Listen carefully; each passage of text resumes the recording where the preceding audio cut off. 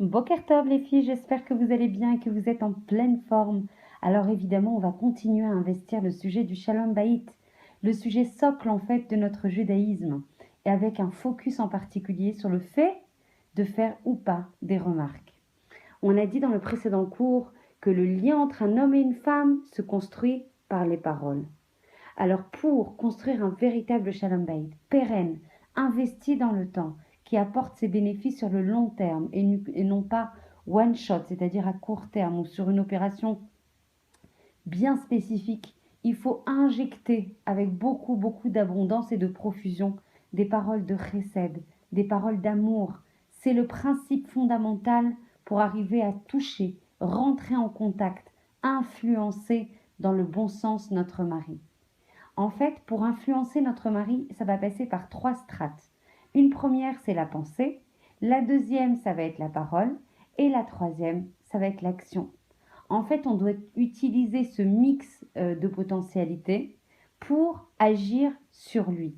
Mais pour agir sur lui avec la bonne efficacité, avec les bonnes matarotes, les bons objectifs, afin d'avoir les bons résultats, c'est-à-dire un shalom bayit construit, pérenne, investi, une maison sereine où Hachem puisse résider et qu'il puisse nous apporter tout le shefa dont on a besoin et tout la seata d'Ishmaïa pour réaliser notre couple, il faut qu'on change notre façon de les istakel, notre istaklout, notre façon de voir les choses doit être profondément bonne. On doit avoir un œil, une aïn tova, un œil positif sur notre mari, des pensées bonnes qui vont construire. En fait, on a tous, toutes des nékoudotes de khalash, donc de khulcha, de faiblesse. On a tous des points de faiblesse, on a tous des défauts, on a tous des points noirs, entre guillemets. Mais en fait, pour arriver au Shalom Bayit, il faut faire le contraire.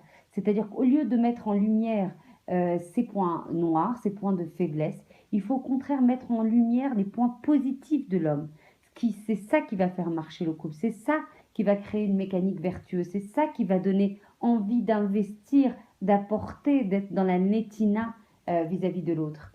Parce qu'en fait, c'est quoi l'objectif? Quand on dit Adam, ça ressemble à quoi Adam? Ça ressemble à Domé.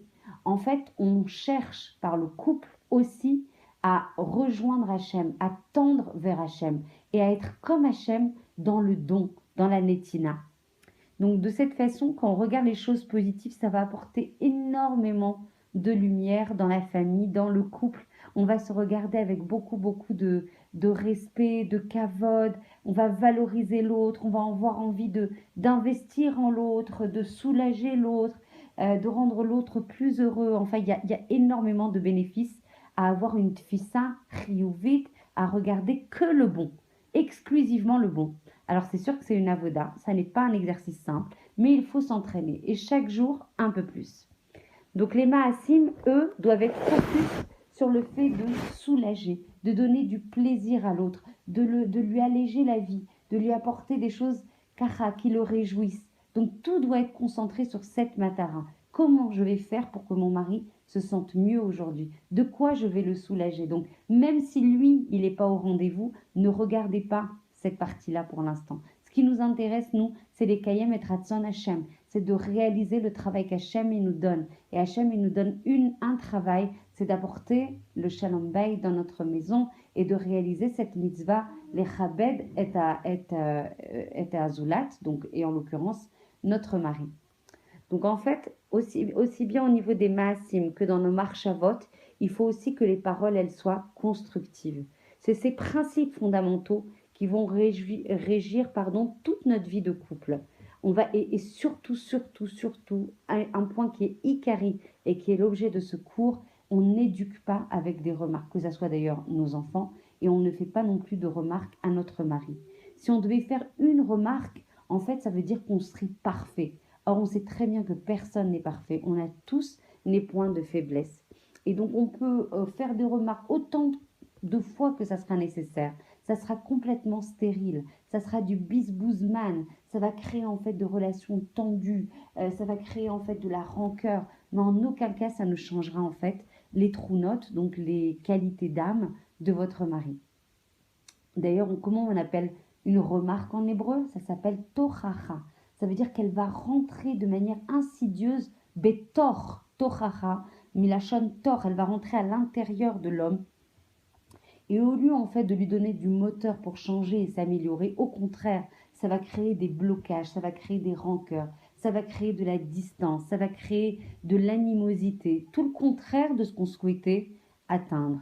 Donc en fait, pour qu'une personne veuille changer, il faut qu'elle le fasse pas par pression parce que sa femme lui a dit qu'il n'était pas bécédaire, pas par influence externe, sans pour autant que lui le souhaite.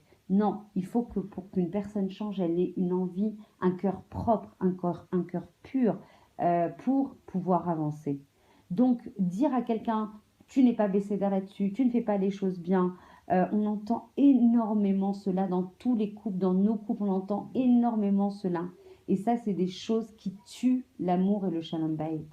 Il n'y a vraiment rien d'autre qui peut être aussi pénalisant, aussi frustrant, aussi phagocytant l'amour entre un homme et une femme que les remarques. Parce qu'elles restent à l'intérieur de nous. Et surtout pour les femmes. Donc aujourd'hui, là, je m'adresse aux femmes et je continue d'ailleurs à m'adresser à vous. Solidarité et Tzniut oblige.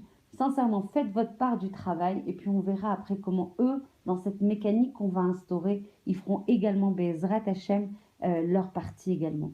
Donc en fait, il y a beaucoup de vikurim, de disputes, qui sont dues à ces remarques qui ne servent à rien. Au contraire, elles vont ne faire que surajouter dans le manque de shalom bayit qui va résider en fait malheureusement dans ces familles. Donc il y en a un qui va descendre l'autre, tu n'es pas comme ça, tu n'es pas au rendez-vous sur ce point-là, et si j'avais su, et moi je ne me serais jamais engagée dans une relation de mariage avec toi si j'avais su que tu n'étais pas au rendez-vous, bah toi non plus, qu'est-ce que tu peux dire, c'est l'hôpital qui se moque de... Vous connaissez tout ça, Nahon? Donc on commence à se disputer, on dépense mais une énergie de fou, une énergie en termes de temps, une énergie en termes physiques, en termes de corotte que du coup.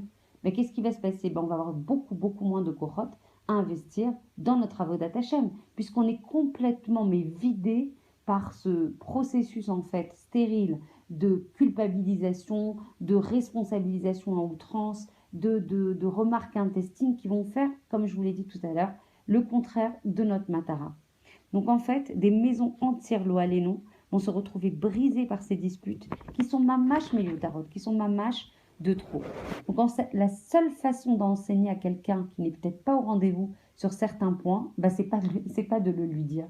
C'est au contraire de mettre en exergue que les choses bien, de dire à quel point on est heureux qu'il aille dans ce chemin, de mettre en lumière les choses bien qu'il fait.